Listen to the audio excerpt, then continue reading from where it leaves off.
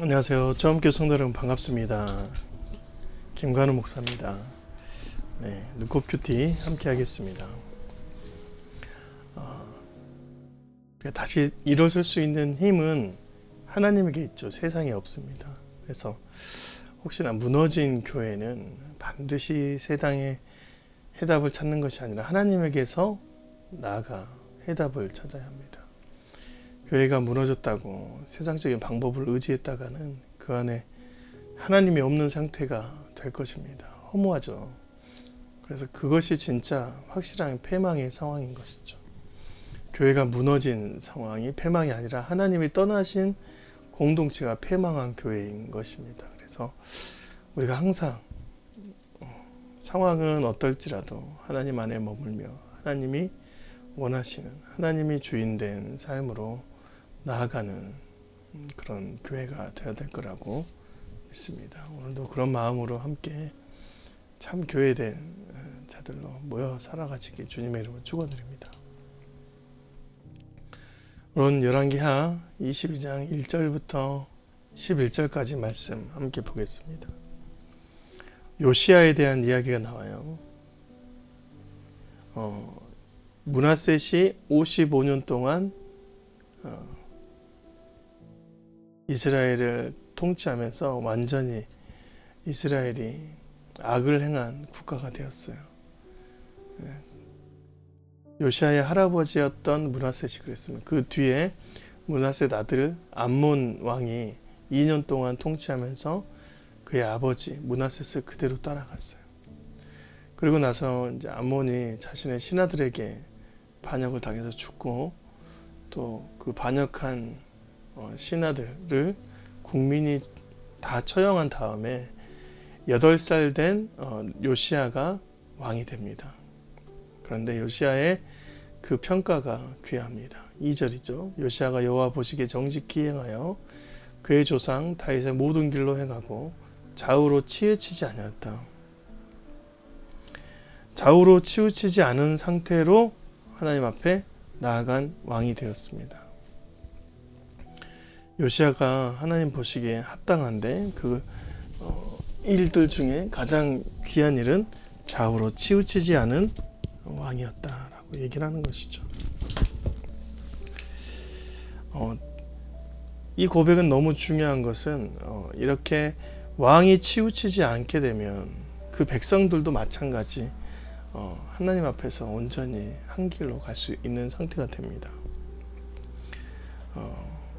그런 요시야가 3절 말씀이 없네요. 성전 수리하게 되죠. 3절 말씀에 보면 요시야 왕 8째 해에 왕이 무술람의 손자 아살리아의 아들 서기관 사반을 여호와의 성전에 보내며 이르되 했습니다.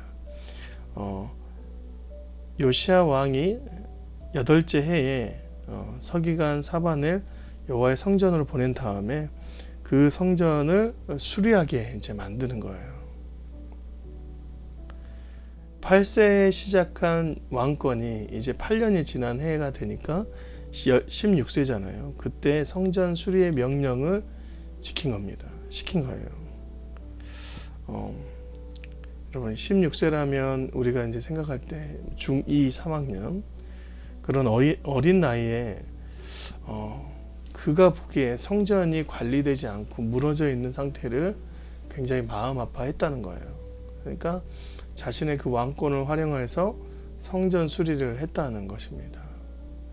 4절부터 6절 한번 볼게요. 너는 대제사장 hil기야에게 올라가서 백성이 여호와의 성전에 드린 은 곧 문 지킨 자가 수납한 은을 계산하여 여호와의 성전을 맡은 감독자의 손에 넘겨 그들이 여호와의 성전에 있는 작업자에게 주어 성전에 부서진 것을 수리하게 하되 공 목수와 건축자와 미장이에게 주게 하고 또 제목과 다듬는 돌을 사서 그 성전을 수리하게 하라 했습니다. 지금 16세 된 요시야 왕이 성전을 바라보면서 안타까운 마음이 들었습니다.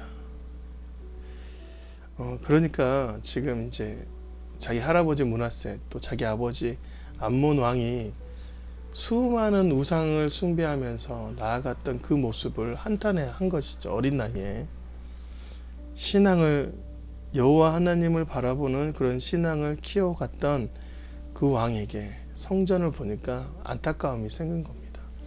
하나님을 예배하고 싶은 마음이 많은데 주변에는 우상들이 많고 그 우상들을 통해서 자신의 마음이 안타깝고, 그러니까 성전에 집중하게 된 것이죠. 여러분, 성령께서는 모든 세대에 임하십니다. 성령께서 임하실 때 나이를 가리지 않아요. 그래서 어린 나이에도 하나님을 향한 마음은 누구보다 강하게 만들어 주십니다. 그래서 요시아가 어린 나이이지만 이 땅에서 하나님을 향한 예배가 속히 회복되면 좋겠다라는 생각을 해서 그 마음이 전달된 것이죠. 여러분, 이 마음 누가 줬겠습니까? 하나님이 주신 마음 아니겠습니까? 하나님은 성전의 화려함을 원하는 것이 아니라 성전에서 나오는, 성전이 수리돼서 성전이 올바로 하나님 앞에 나아가는 예배터가 되고 그 나오는 백성들의 기도를, 간절한 기도를 들으시길 원하신 거예요. 그래서 그 가운데 그 간절한 기도를 통해서 이 백성이 회복되기를 원하는 것입니다. 이런 마음으로 요시아가 성전 수리에 집중했던 거예요. 그렇게 좌우로 치우치지 않는 그런 왕의 마음과 동일하게 순전한 일꾼들, 백성들이 생겨납니다. 7절 말씀도 안 써졌네요. 7절. 그러나 그들의 손에 맡긴 은을 회개하지 말지니 이는 그들이 진실하게 행함이니라. 7절에는 일꾼들도 그 앞에서 진실한 일을 하고 있었다. 그래서 굳이 은을 회개하지 말고 원하는 대로 주라는 것이죠. 그 가운데 하나님께서 은혜를 주셔서 8절 말씀에 대제사장 hil기야가 서기관 사반에게 이르되 내가 여호와의 성전에서 율법책을 발견하였노라 하고 hil기야가 그 책을 사반에게 주니 사반이 읽으니라 했습니다. 여러분, 하나님께서 율법책을 찾게 만들어 주셨어요. 여러분, 성전이 관리되지 않고 그 안에 수리가 되지 않고 내버려뒀습니다. 그럼 그 안에 얼마나 많은 쓰레기 더미가 치워져야 될 것들이 많겠습니까? 근데 그때 그 율법책, 그 작은 그 무더기가, 먼지가 쌓이는 그 무더기가 쓰레기로 보이지 않고 율법책으로 보이게 한 그 hil기야의 눈빛도 은혜가 됩니다. 관찰력이 있었던 것이죠. 그래서 그 하나님의 말씀이 읽혀지고 그 말씀이 우리의 삶, 그 백성들의 삶을 신랄하게 드러내 보여주셨다는 것이죠. 그래서 그 말씀을 통해서 거짓과 악함이 드러나서 그때부터 왕이 회개하기 시작했던 것이죠. 10절 11절.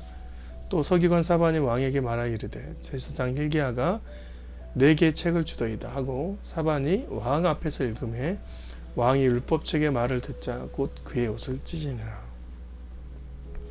왕의 그 간절한 통곡과 몸부림은 모든 백성에게 전이될 것입니다. 그리고 그 간절한 몸부림을 통해서 요시아가 종교개혁을 일으키는 시초가 되는 거예요. 모든 우상들을 철폐하고 오직 여호와만이 이 땅의 주인으로 선포하는 요시아 왕이 된 것입니다. 그래서 자신이 통치하는 그 기간 동안 요시아는 흔들림 없이 이 종교개혁을 세워나간, 하나님의 제단을 세워나간 왕으로 기록되어 있습니다. 여러분, 신실한 종인 요시아 왕이지만 어린 나이였어요.